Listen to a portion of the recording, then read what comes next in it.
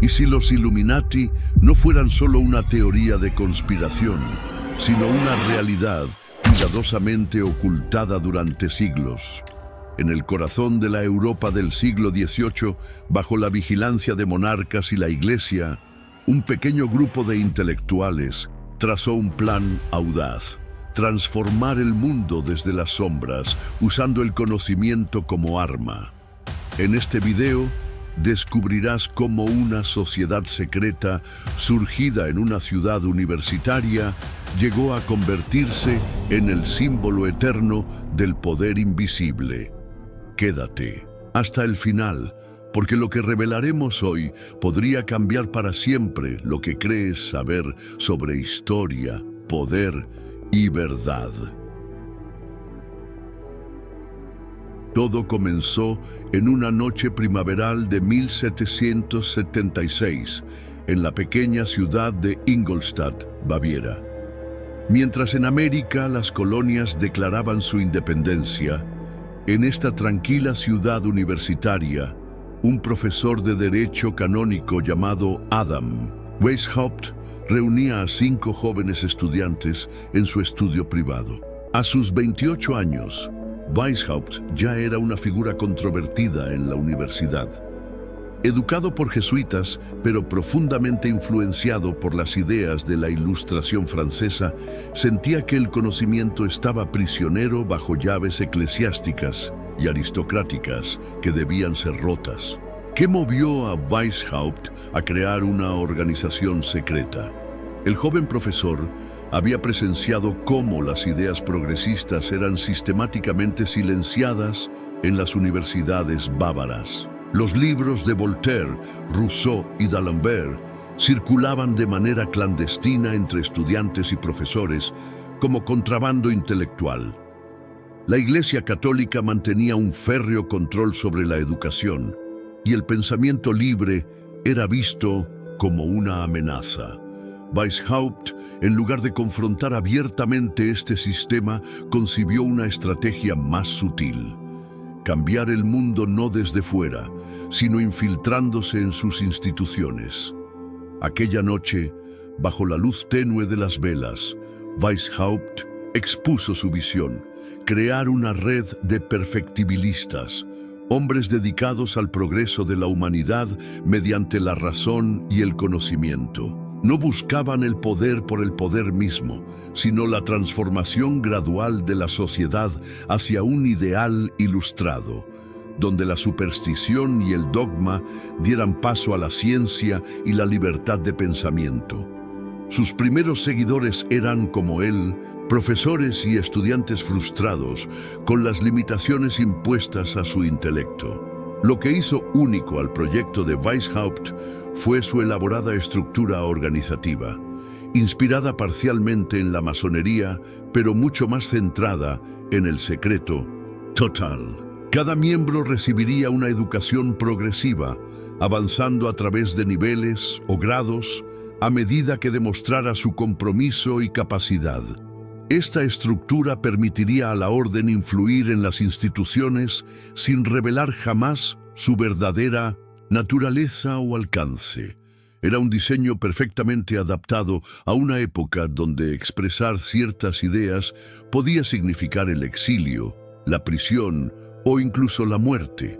El nombre inicial, perfectibilistas, pronto se reveló demasiado académico y poco inspirador. En 1778, Weishaupt y sus colaboradores más cercanos adoptaron un nombre que capturaba mejor su misión: Illuminati, los iluminados. Aquellos que habían sido iluminados por la luz de la razón en un mundo aún dominado por las sombras del pensamiento medieval. Con este nuevo nombre y un sistema cada vez más sofisticado de reclutamiento y preparación, la orden estaba lista para expandirse más allá de los muros de Ingolstadt, hacia un destino que ni el propio Weishaupt podría haber previsto. En 1960, el corazón de los Illuminati no había rituales esotéricos ni invocaciones místicas, sino algo mucho más revolucionario: un sistema meticulosamente diseñado para transformar mentes y, a través de ellas, instituciones enteras. La estructura de la orden reflejaba una visión piramidal del conocimiento y la influencia. En la base, los novicios, quienes eran cuidadosamente observados sin conocer los verdaderos objetivos de la organización. Por encima, los minervalistas, nombrados así por Minerva, la diosa romana de la sabiduría, comenzaban a recibir instrucción en filosofía y ciencias. Solo los más leales y capaces ascendían a los niveles superiores, donde finalmente se revelaban los verdaderos propósitos y métodos de la orden. ¿Por qué eligieron el búho de Minerva como su emblema? Este símbolo, que aparecía en los documentos oficiales de la orden, no era una elección casual. El búho ve en la oscuridad, distingue lo que otros no pueden percibir. Así se veían a sí mismos los Illuminati, como observadores privilegiados que podían discernir la verdad en medio de la oscuridad de la superstición y el dogma. Además, el búho ha sido tradicionalmente asociado con la sabiduría paciente y silenciosa, que aguarda el momento oportuno para actuar. Una perfecta metáfora para una organización que planeaba cambios graduales pero profundos. El secreto era el oxígeno que permitía respirar a la orden. Cada miembro adoptaba un nombre en clave inspirado generalmente en la antigüedad clásica. Weishaupt se hacía llamar Spartacus, evocando al esclavo que desafió al Imperio Romano. Anton von Massenhausen era Ajax, Hertel, Marius y Franz Xaver von Zwack, uno de sus miembros más brillantes, Catón. Esta codificación no era un juego, era una necesidad vital en una época donde las autoridades religiosas y políticas perseguían cualquier desviación del pensamiento oficial. La comunicación entre miembros se realizaba mediante códigos y cifrados que cambiarían regularmente, creando un lenguaje accesible solo para iniciados. La iniciación en los Illuminati no era una mera ceremonia, sino un proceso prolongado de transformación intelectual. El candidato debía escribir detalladas autobiografías y ensayos que revelaran sus pensamientos más íntimos, sus debilidades y fortalezas. Estos documentos permitían a los líderes conocer profundamente a cada miembro, entender cómo pensaba y qué lo motivaba. Adicionalmente, cada iniciado debía reportar mensualmente sus observaciones sobre otros miembros y sobre personas influyentes en su entorno. Se creaba así una red de vigilancia interna y externa que proporcionaba a la cúpula una visión privilegiada del mundo social e intelectual que les rodeaba. Lo más revolucionario de este sistema no eran sus rituales, sino su propósito educativo. Los Illuminati creían firmemente en la perfectibilidad humana a través de la educación. Cada nivel iniciático incluía lecturas obligatorias, discusiones filosóficas y ejercicios prácticos diseñados para liberar la mente de prejuicios religiosos y sociales. No buscaban adeptos que siguieran ciegamente a un líder, sino individuos que desarrollaran un pensamiento crítico e independiente. Este enfoque educativo, radical para su época, revela que los Illuminati no eran simplemente una sociedad conspirativa, sino un verdadero proyecto pedagógico clandestino que aspiraba a crear un nuevo tipo de ser humano, el ciudadano ilustrado. La pequeña semilla plantada en Ingolstadt pronto comenzó a dar frutos mucho más allá de lo que Weishaupt había imaginado inicialmente. Entre 1778 y 1784, la Orden de los Illuminati pasó de ser un grupo local de académicos a convertirse en una red continental con ramificaciones en las principales ciudades del Sacro Imperio Romano Germánico. ¿Cómo lograron esta expansión sorprendente en tan poco tiempo? El punto de inflexión llegó en 1780, cuando el barón Adolf von Knigge se unió a la organización. Este aristócrata, escritor y masón experimentado, aportó no solo sus contactos en la nobleza ilustrada, sino una visión estratégica que catapultaría a los Illuminati hacia nuevas esferas de influencia. Von Knigge comprendió que la masonería podía ser el vehículo perfecto para extender las ideas de los Illuminati. Las logias masónicas ya existían por toda Europa, reuniendo a hombres influyentes de diferentes estratos sociales bajo el ideal de la fraternidad. En lugar de competir con esta estructura, los Illuminati adoptaron la estrategia de infiltrarla. Miembros de la orden ingresaban en logias masónicas y, una vez dentro, identificaban a posibles candidatos receptivos a ideas más progresistas.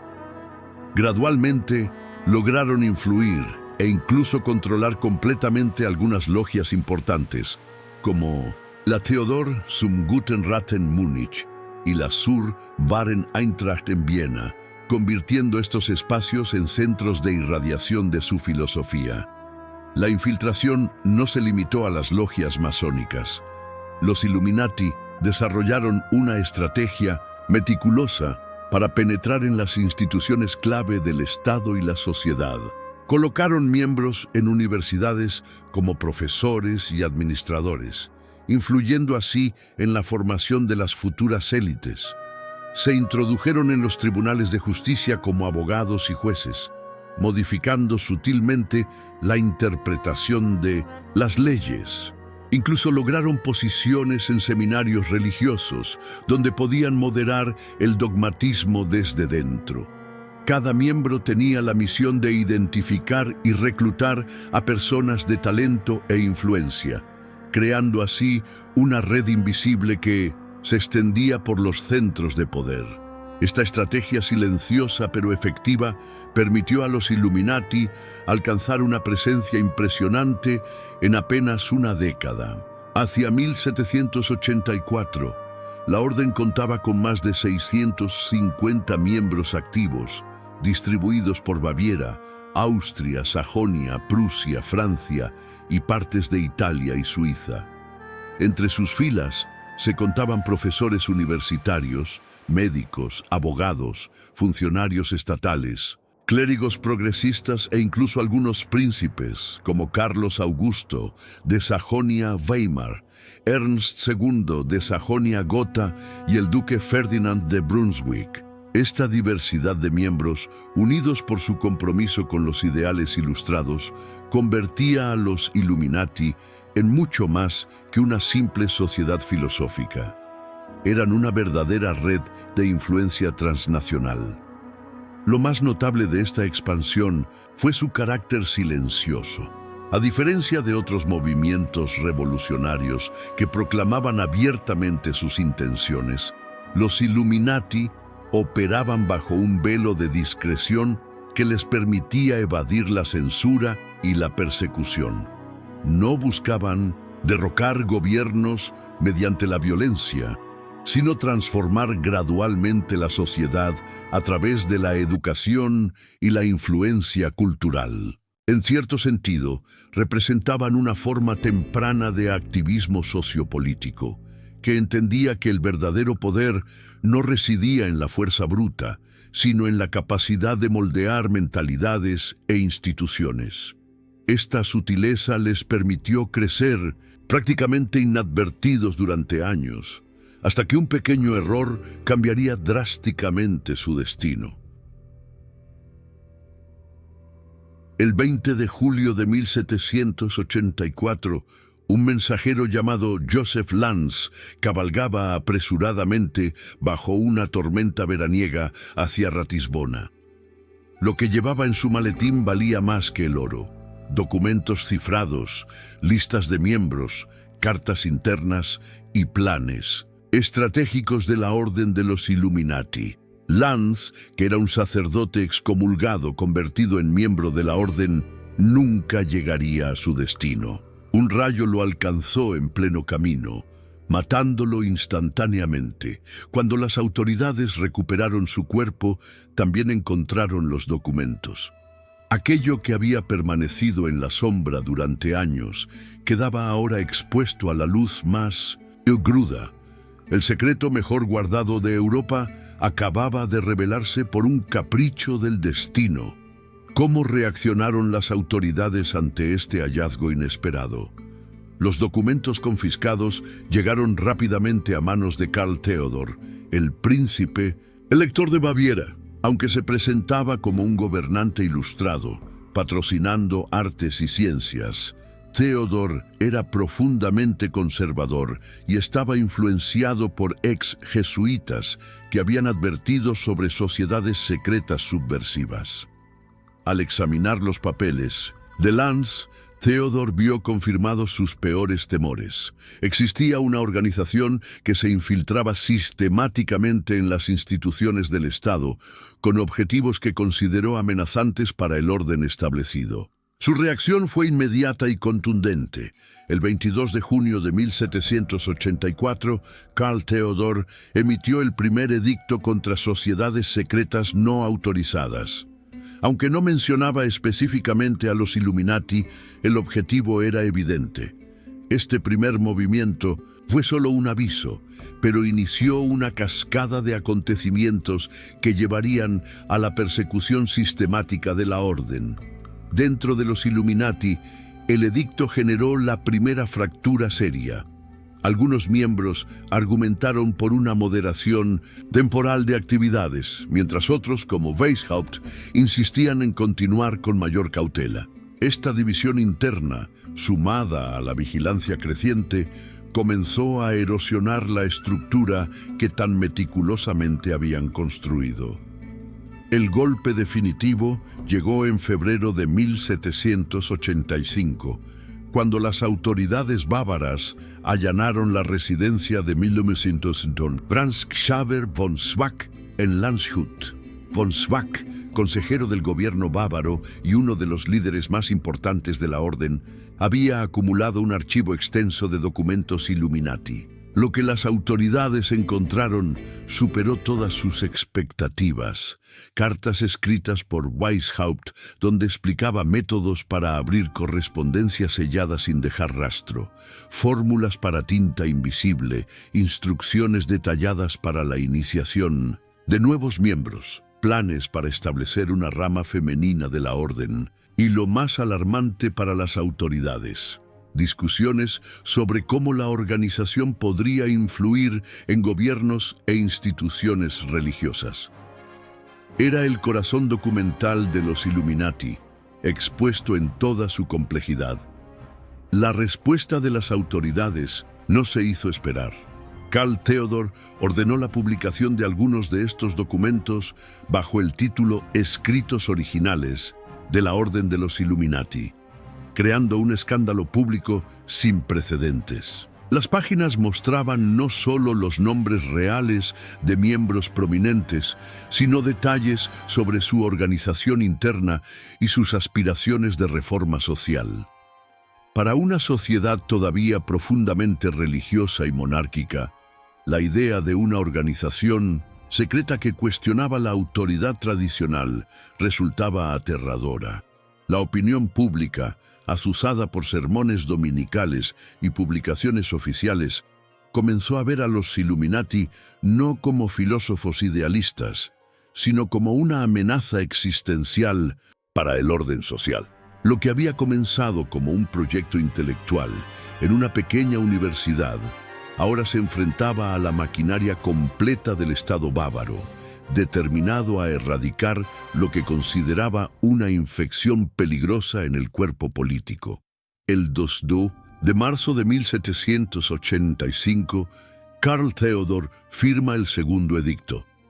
Esta vez no hay ambigüedades. La orden de los Illuminati queda explícitamente prohibida en todo el territorio bávaro. El texto del decreto describe a la organización como una secta traicionera y enemiga de la religión, ordenando su disolución inmediata bajo pena de muerte. Para los miembros que habían dedicado años a construir esta red, el golpe es devastador.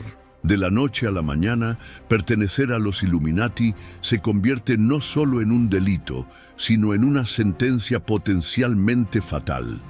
Las reuniones cesan, los códigos se destruyen, los archivos secretos son quemados apresuradamente, mientras la policía comienza a tocar puertas.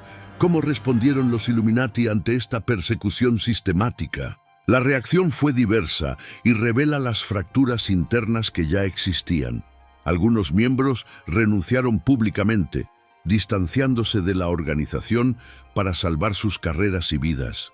Otros, como Adolf von Knigge, uno de los principales estrategas de la expansión, habían abandonado la orden meses antes por desacuerdos con Weishaupt sobre la dirección y los métodos. Los más comprometidos intentaron mantener contactos subterráneos, esperando que la tormenta pasara. Pero el fundador, Adam Weishaupt, enfrenta la consecuencia más directa. Es destituido de su cátedra en la Universidad de Ingolstadt y debe huir apresuradamente de Baviera, dejando atrás su biblioteca, sus posesiones y gran parte de su vida. La persecución se intensifica durante 1786. Karl Theodor establece una comisión especial para investigar y procesar a los Illuminati. Cualquier funcionario sospechoso de pertenencia a la orden es sometido a interrogatorios. Las logias masónicas son rigurosamente inspeccionadas. Los simpatizantes conocidos pierden posiciones, cátedras, pensiones. El mensaje es claro. No solo la organización, sino la idea misma de una sociedad secreta dedicada a la reforma debe ser erradicada.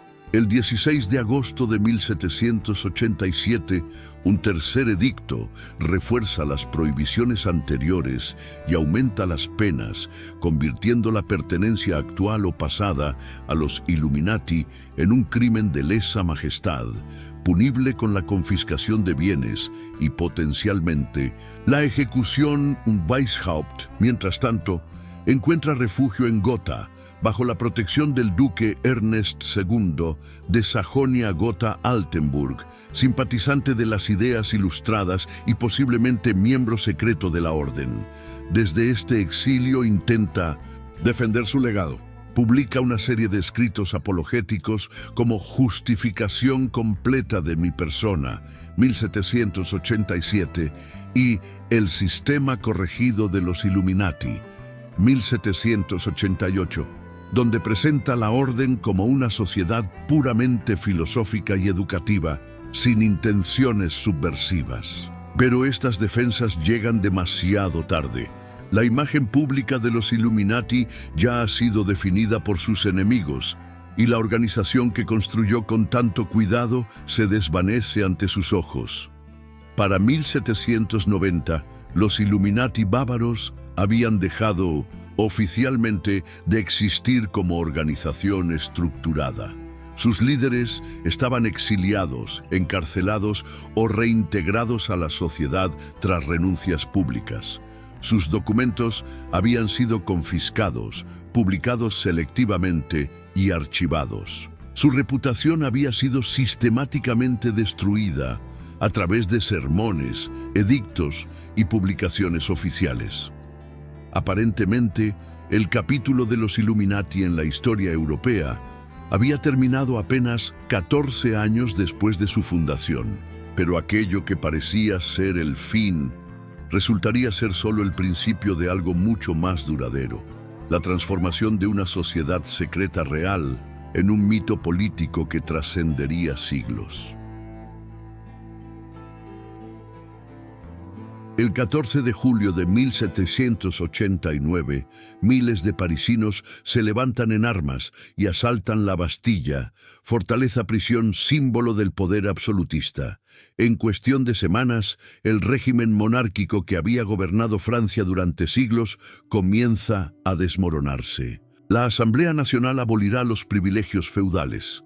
El rey Luis XVI verá su poder limitado y un nuevo lenguaje político inundará las calles y los salones. Libertad, igualdad, fraternidad. Europa contempla atónita cómo la nación más poderosa del continente se sumerge en una revolución sin precedentes. Para los monarcas vecinos, la pregunta no es solo por qué ha ocurrido, sino también quién lo ha provocado. Y en ese clima de paranoia y búsqueda de explicaciones, un nombre comienza a resonar en los círculos conservadores: Illuminati. ¿Existió realmente una conexión entre los Illuminati y la Revolución Francesa? Históricamente, no hay evidencia directa y concluyente. La orden había sido oficialmente disuelta en Baviera años antes, y aunque algunos de sus miembros pudieran haber escapado a Francia, no existe documentación que demuestre una influencia organizada en los eventos revolucionarios. Sin embargo, lo que sí es innegable es la similitud ideológica. Muchos de los principios que defendían los Illuminati, secularismo, racionalismo, crítica a las jerarquías tradicionales, eran también banderas del movimiento revolucionario francés. Esta coincidencia ideológica, en un momento de extrema tensión política, fue suficiente para que mentes predispuestas establecieran conexiones causales donde quizás solo existían paralelismos. La teoría de la conspiración tomó forma rápidamente. En salones aristocráticos de toda Europa se comenzó a susurrar que la caída de la monarquía francesa no era un fenómeno espontáneo, sino el resultado de años de maquinaciones subterráneas. Según esta narrativa, la Orden de los Illuminati no había desaparecido realmente tras su prohibición, sino que se había trasladado a Francia, infiltrándose en las logias masónicas parisinas, especialmente en el Gran Oriente, y desde allí habría sembrado las semillas de la revolución. Nombres como el Duque de Orleans, Mirabeau, Condorcet y Lafayette, todos masones y figuras clave en las primeras etapas revolucionarias, fueron señalados como posibles agentes de esta conspiración internacional.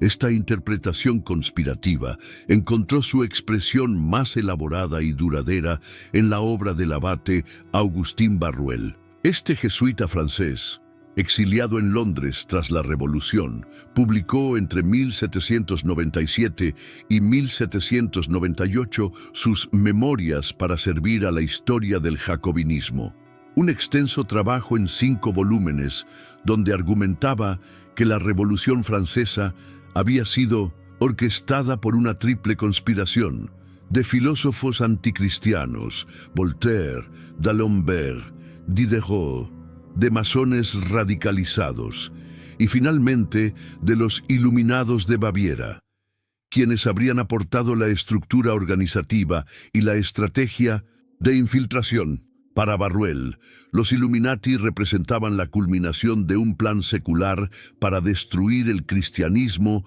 y la monarquía, pilares del orden social europeo.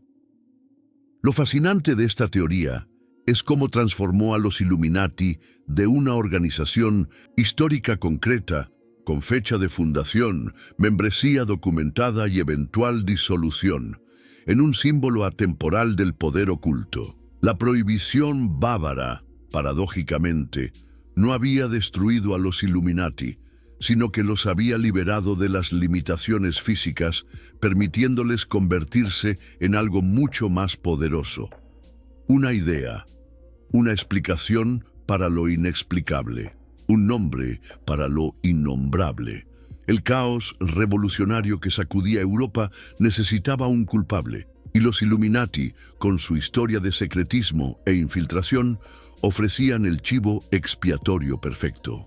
Así comenzó la segunda vida de los Illuminati, no ya como una orden concreta de hombres con nombres y direcciones, sino como una sombra que, según algunos, seguiría moviendo los hilos de la historia mucho después de su supuesta desaparición. En Noël, la primavera de 1797, un libro inusual captó la atención de la élite intelectual británica. Su título era inequívoco: Proofs of a Conspiracy Against All the Religions and Governments of Europe, carried on in the secret meetings of Freemasons, Illuminati, and Reading Societies. Pruebas de una conspiración contra todas las religiones y gobiernos de Europa, llevada a cabo en las reuniones secretas de los francmasones, Illuminati y sociedades de lectura.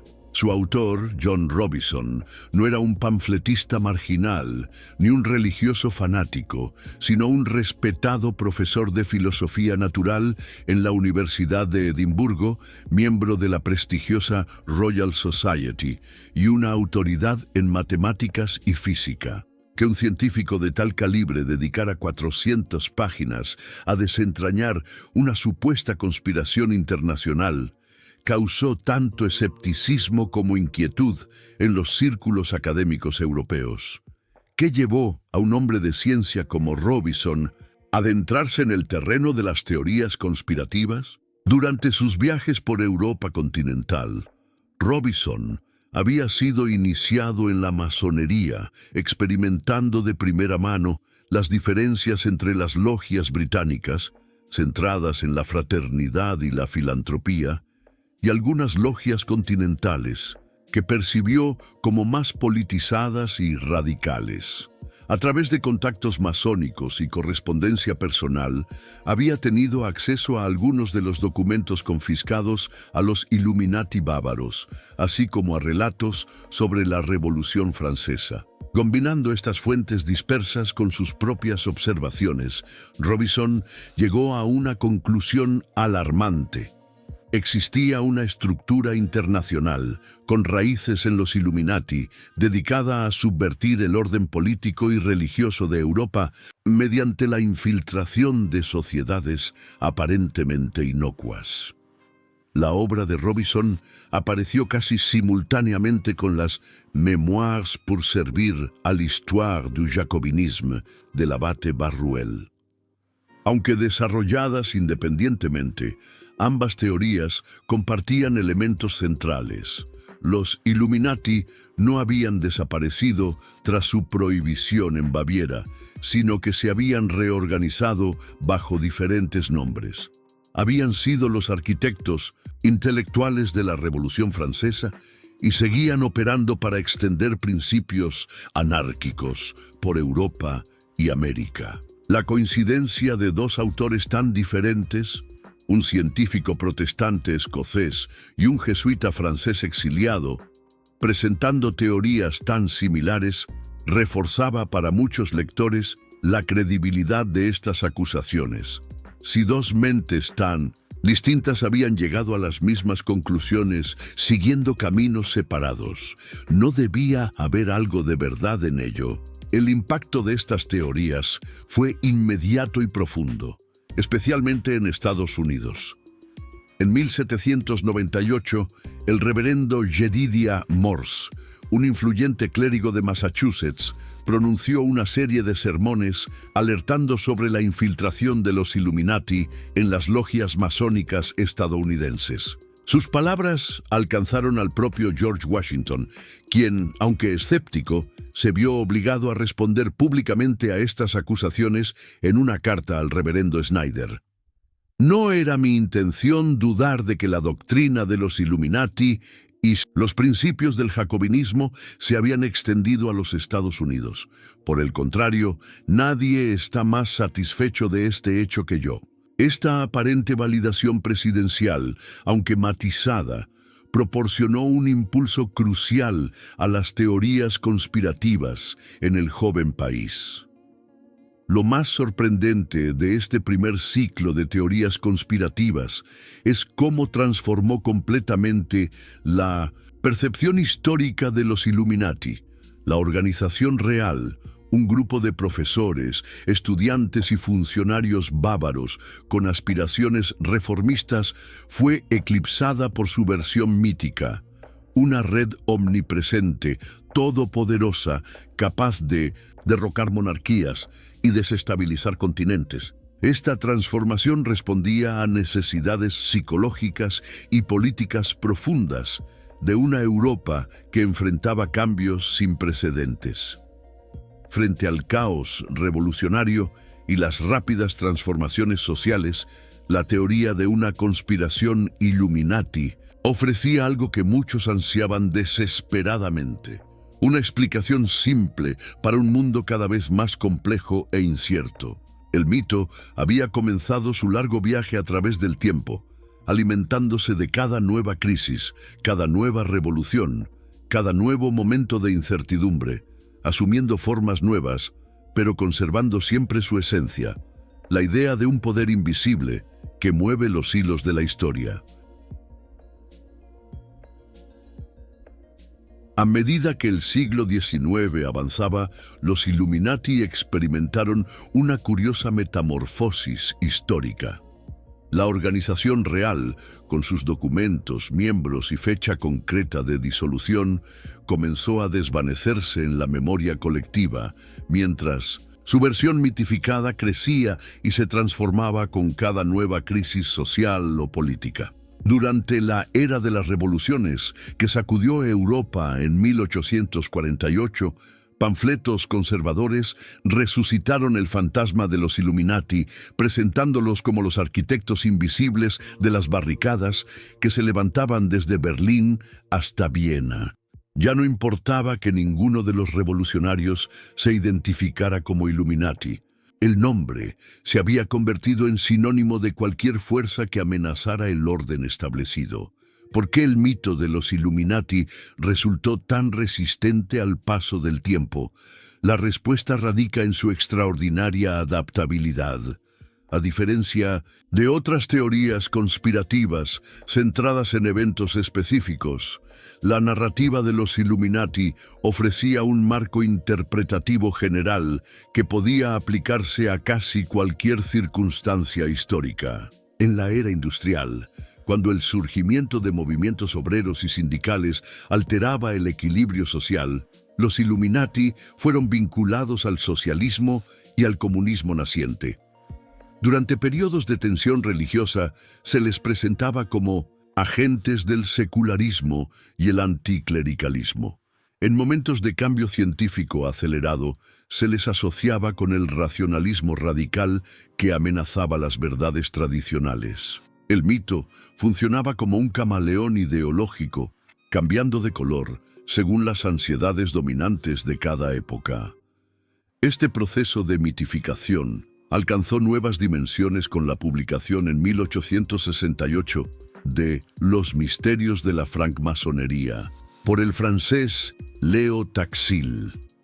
Este libro, que alcanzó enorme difusión, establecía conexiones directas entre los Illuminati, la masonería y supuestas prácticas satánicas. Lo fascinante del caso Taxil es que años después, en 1897, su autor confesó públicamente que toda su obra había sido una elaborada farsa, diseñada para explotar los prejuicios anticatólicos. Sin embargo, esta revelación apenas dañó la credibilidad del mito. Para entonces, la narrativa de los Illuminati se había vuelto impermeable a desmentidos, fortalecida paradójicamente por cada intento de refutación, que era interpretado como prueba adicional de su influencia para ocultar la verdad. Con la llegada del siglo XX, el mito de los Illuminati se entrelazó con nuevas corrientes de pensamiento conspirativo. La publicación en 1903 de los Protocolos de los Sabios de Sion, un texto antisemita fraudulento que alegaba revelar un plan judío para el dominio mundial, incorporó elementos previamente asociados a los Illuminati.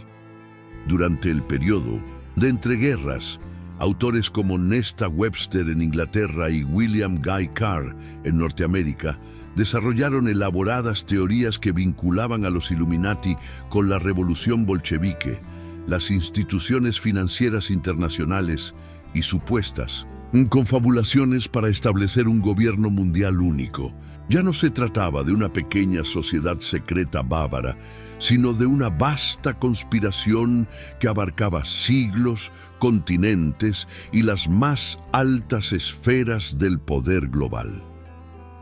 Lo que había comenzado como un grupo de académicos reformistas en una pequeña universidad alemana se había convertido, 2 siglos después, en el arquetipo universal de la conspiración oculta. Sus símbolos, el ojo dentro del triángulo, el búho, las referencias geométricas, comenzaron a ser identificados en los lugares más insospechados. En la arquitectura de Washington, D.C., en el diseño del billete de $1 estadounidense, en logotipos corporativos, en álbumes musicales. No importaba que estos símbolos tuvieran orígenes diversos y a menudo completamente desconectados de la orden bávara original. La potencia del mito transformaba cualquier coincidencia en evidencia. Los Illuminati habían trascendido su existencia histórica para convertirse en algo mucho más perdurable. Un lenguaje para articular el miedo a lo invisible, una metáfora para explicar lo inexplicable, una narrativa para dar sentido a un mundo cuya complejidad desafiaba cada vez más la comprensión humana.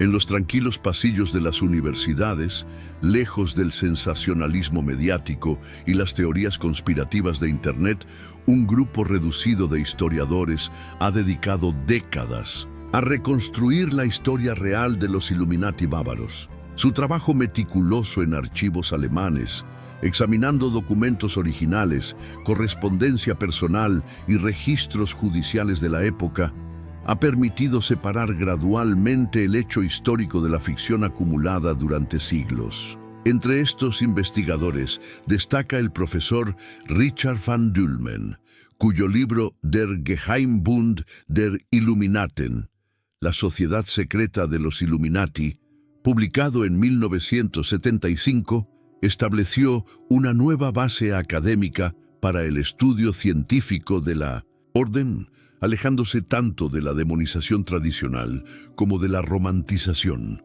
¿Qué sabemos realmente sobre los Illuminati originales según la investigación histórica moderna? Los estudios académicos contemporáneos confirman la existencia de la orden como un fenómeno histórico concreto y documentado activo entre 1786 y 1787. Confirman su fundación por Adam Weishaupt en Ingolstadt, su rápida expansión por territorios germanoparlantes, su estrategia de infiltración en logias masónicas y finalmente su disolución forzosa tras los edictos bávaros. Sin embargo, estos mismos estudios cuestionan la escala e influencia que tradicionalmente se les ha atribuido. Los documentos evidencian que, en su apogeo, la orden contaba con aproximadamente 650 miembros activos, lejos de los miles o incluso millones que algunas teorías les atribuyen. Y aunque incluían personas influyentes, su poder real era limitado y localizado.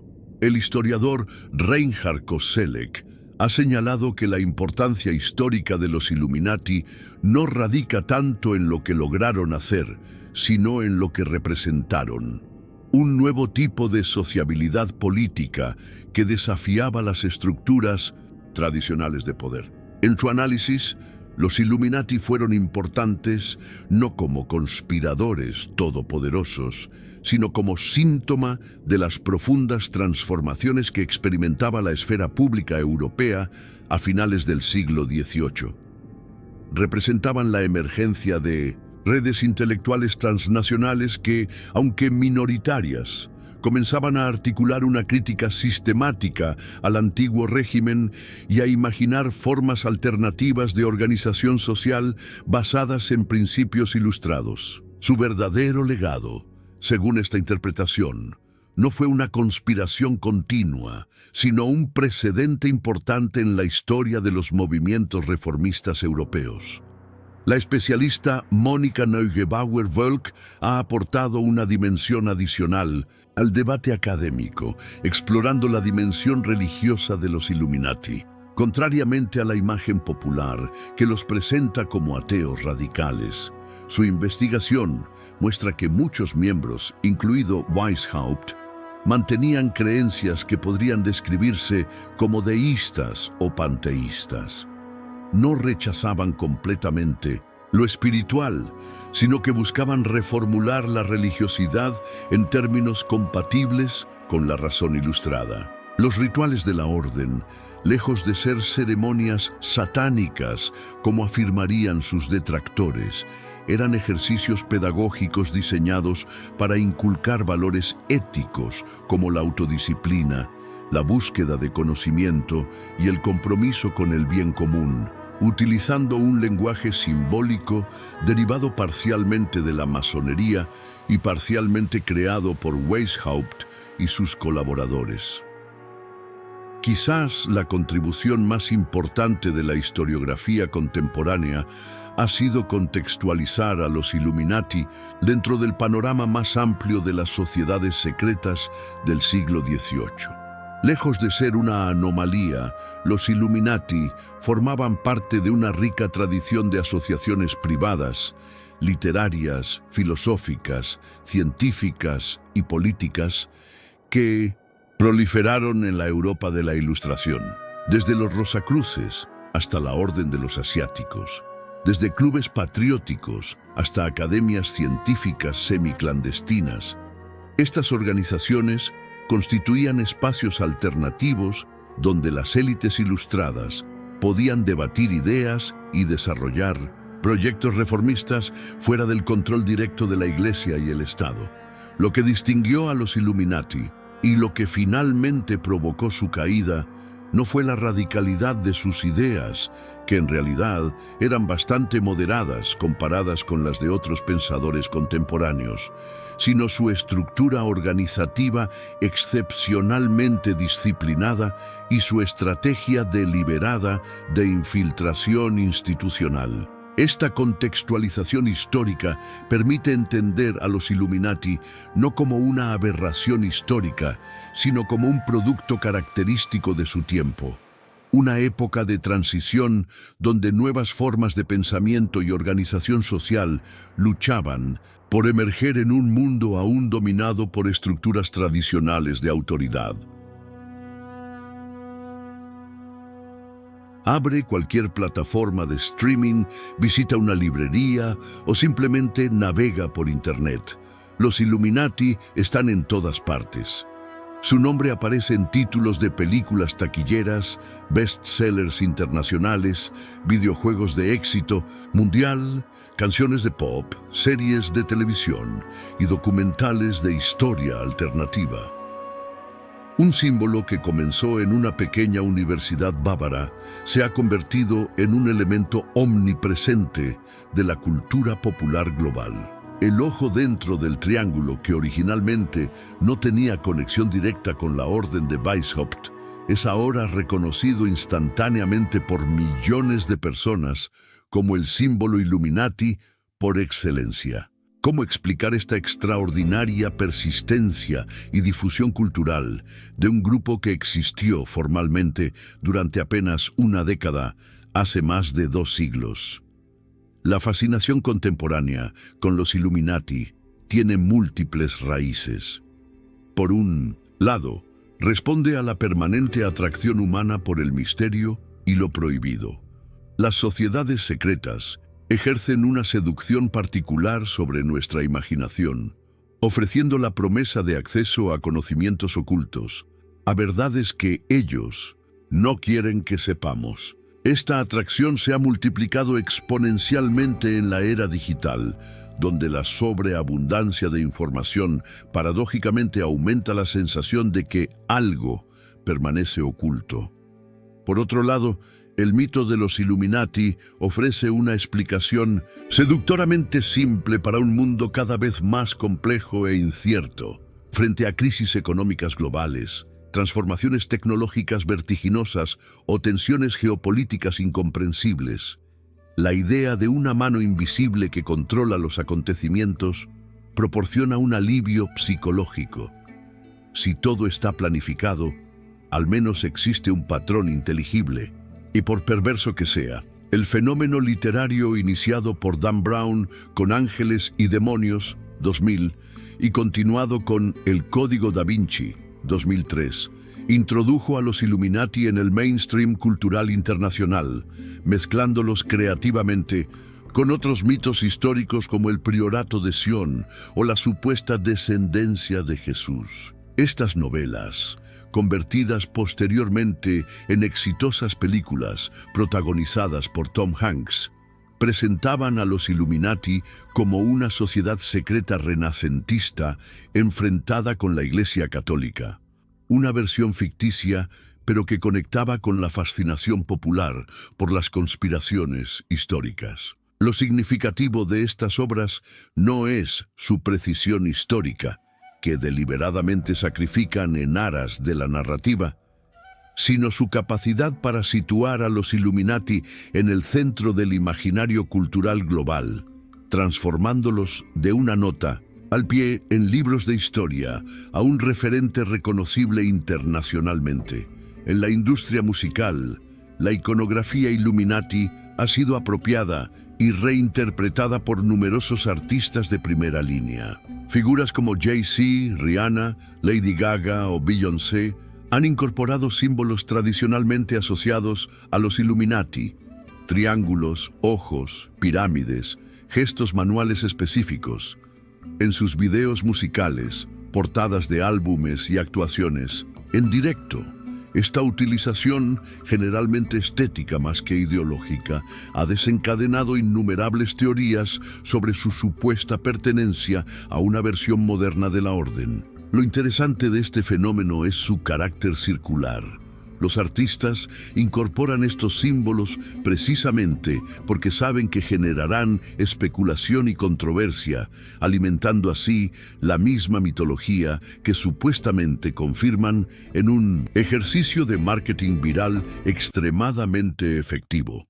La era de Internet ha llevado la omnipresencia cultural de los Illuminati a nuevas dimensiones. Miles de canales de YouTube, blogs, podcasts y foros están dedicados exclusivamente a decodificar supuestos mensajes Illuminati en prácticamente cualquier aspecto de la cultura contemporánea, desde logotipos corporativos hasta gestos de políticos en actos públicos. Esta industria de la conspiración genera millones de visualizaciones y, consecuentemente, significativos ingresos publicitarios, creando un poderoso incentivo económico para la perpetuación y elaboración constante del mito.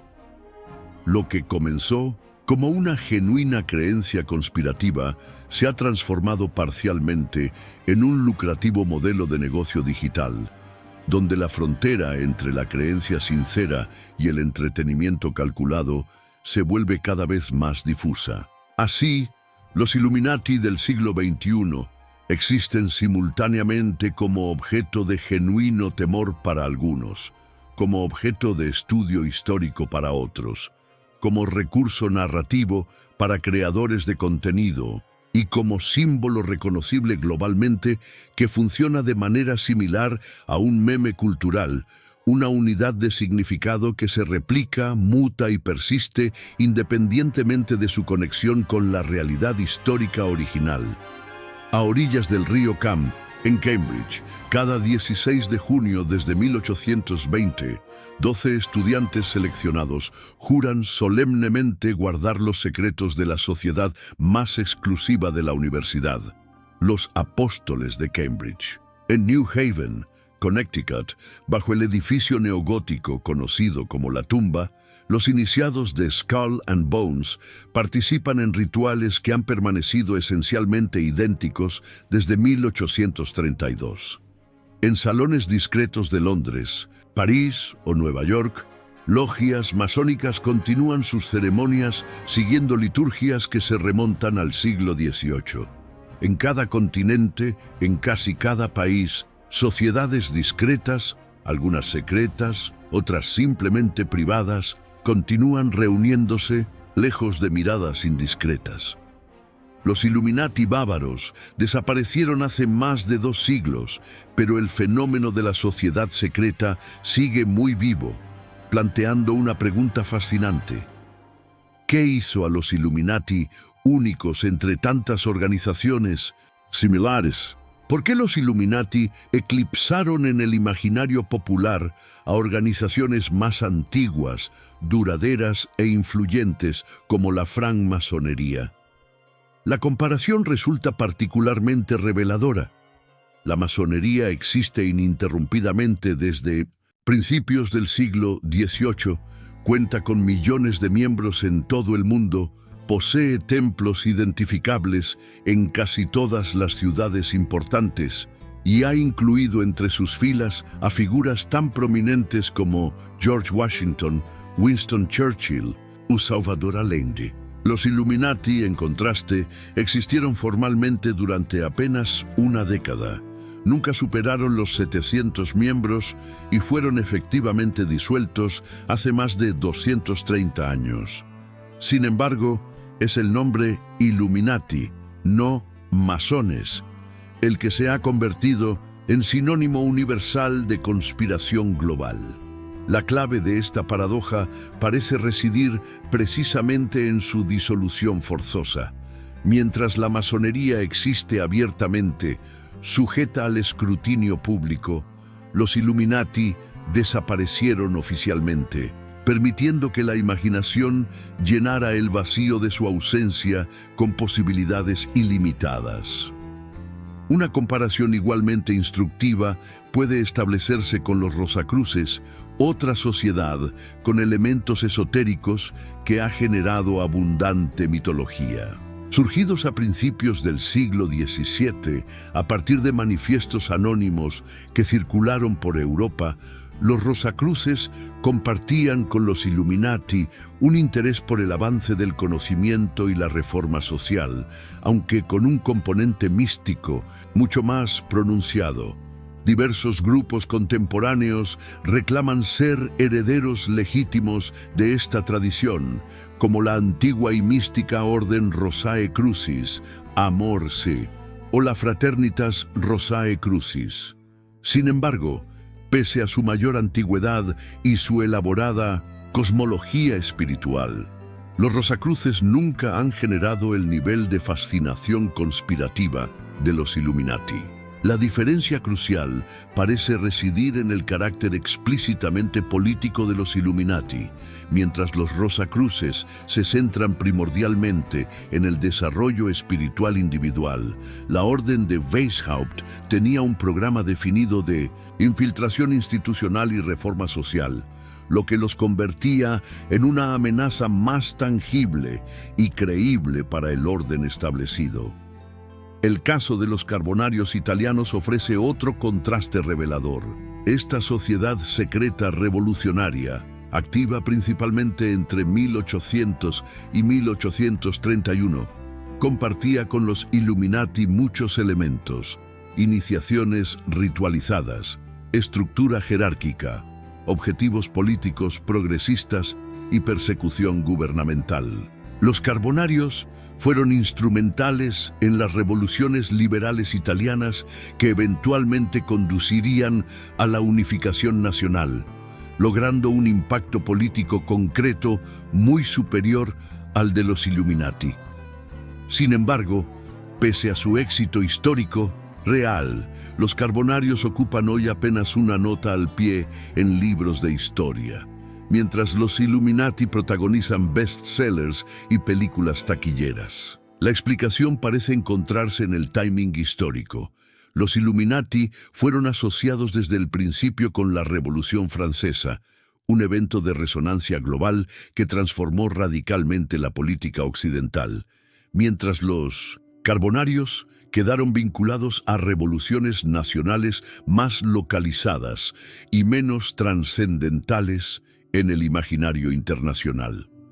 En el mundo contemporáneo, organizaciones como el Club Bilderberg, la Comisión Trilateral o el Foro Económico Mundial generan teorías conspirativas que siguen patrones sorprendentemente similares a los aplicados históricamente a los Illuminati.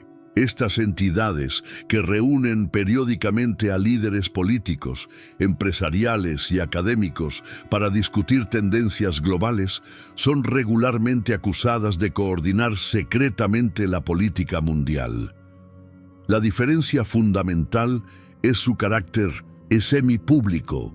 Aunque sus deliberaciones son privadas, su existencia y membresía son conocidas, lo que paradójicamente limita el alcance de las teorías a su respecto. Al final de este recorrido por la historia real y mítica de los Illuminati, nos encontramos ante una paradoja fascinante. Una organización que existió durante apenas una década en un pequeño rincón de Europa ha generado siglos de especulación, temor y fascinación. Su nombre resuena hoy en canciones de rap, aparece en bestsellers internacionales, protagoniza películas de Hollywood y es buscado millones de veces cada mes en Internet. ¿Qué explica esta extraordinaria persistencia cultural? ¿Qué nos dice sobre nuestra relación con el poder, el conocimiento y lo invisible? Quizás el verdadero legado de los Illuminati no fue una conspiración centenaria, sino una idea revolucionaria, que un pequeño grupo de personas comprometidas y organizadas podía cambiar el curso de la historia. Esta idea, encarnada en la estructura y estrategia de la orden original, ha demostrado ser increíblemente poderosa y duradera, inspirando tanto a movimientos emancipadores como a regímenes autoritarios a lo largo de los siglos. Del mismo modo, quizás la persistencia del mito Illuminati no debería verse como una simple paranoia colectiva, sino como expresión de una intuición fundamental sobre la naturaleza del poder en el mundo moderno. Que muchas de las fuerzas que dan forma a nuestras vidas operan efectivamente en ámbitos inaccesibles al ciudadano común, ya sean mercados financieros globales, algoritmos de inteligencia artificial o acuerdos geopolíticos a puerta cerrada. La historia de los Illuminati es, en última instancia, un recordatorio de la eterna tensión entre transparencia y secreto, entre el ideal democrático de un poder visible y responsable y la realidad de un mundo donde importantes decisiones se toman fuera del escrutinio público. Es también un recordatorio de nuestra necesidad profundamente humana de dar sentido al caos, de encontrar patrones y agentes intencionales detrás de eventos complejos y a menudo aleatorios. Los Illuminati originales de Weishaupt fracasaron en su objetivo de transformar gradualmente la sociedad desde dentro, pero triunfaron inesperadamente en un aspecto: proporcionaron a la humanidad un símbolo perdurable para articular sus ansiedades sobre el poder oculto. Si Adam Weishaupt pudiera contemplar el legado cultural de su creación, probablemente experimentaría sentimientos encontrados. Por un lado, se horrorizaría al ver su proyecto educativo y reformista transformado en el arquetipo universal de la conspiración malévola. Por otro, quizás sentiría una cierta satisfacción al comprobar que, efectivamente, las ideas pueden tener consecuencias que trascienden por mucho a sus creadores originales. Y esa, al fin y al cabo, era la esencia de su visión, que el pensamiento, adecuadamente cultivado y estratégicamente aplicado, podía cambiar el mundo. Así, más de 2 siglos después de su disolución oficial, los Illuminati siguen invitándonos a reflexionar sobre preguntas esenciales. ¿Quién ejerce realmente el poder en nuestras sociedades? ¿Qué fuerzas invisibles dan forma a nuestras vidas? ¿Es posible un mundo donde el conocimiento y la información fluyan libremente, sin restricciones ni manipulaciones? Estas preguntas, que estaban en el corazón del proyecto original de Weishaupt, siguen siendo pertinentes en nuestra era de fake news, manipulación algorítmica y creciente desconfianza institucional. Quizás ese sea el verdadero legado Illuminati, no una sociedad secreta eterna, sino una invitación perpetua a cuestionar lo visible y buscar lo que permanece en la sombra.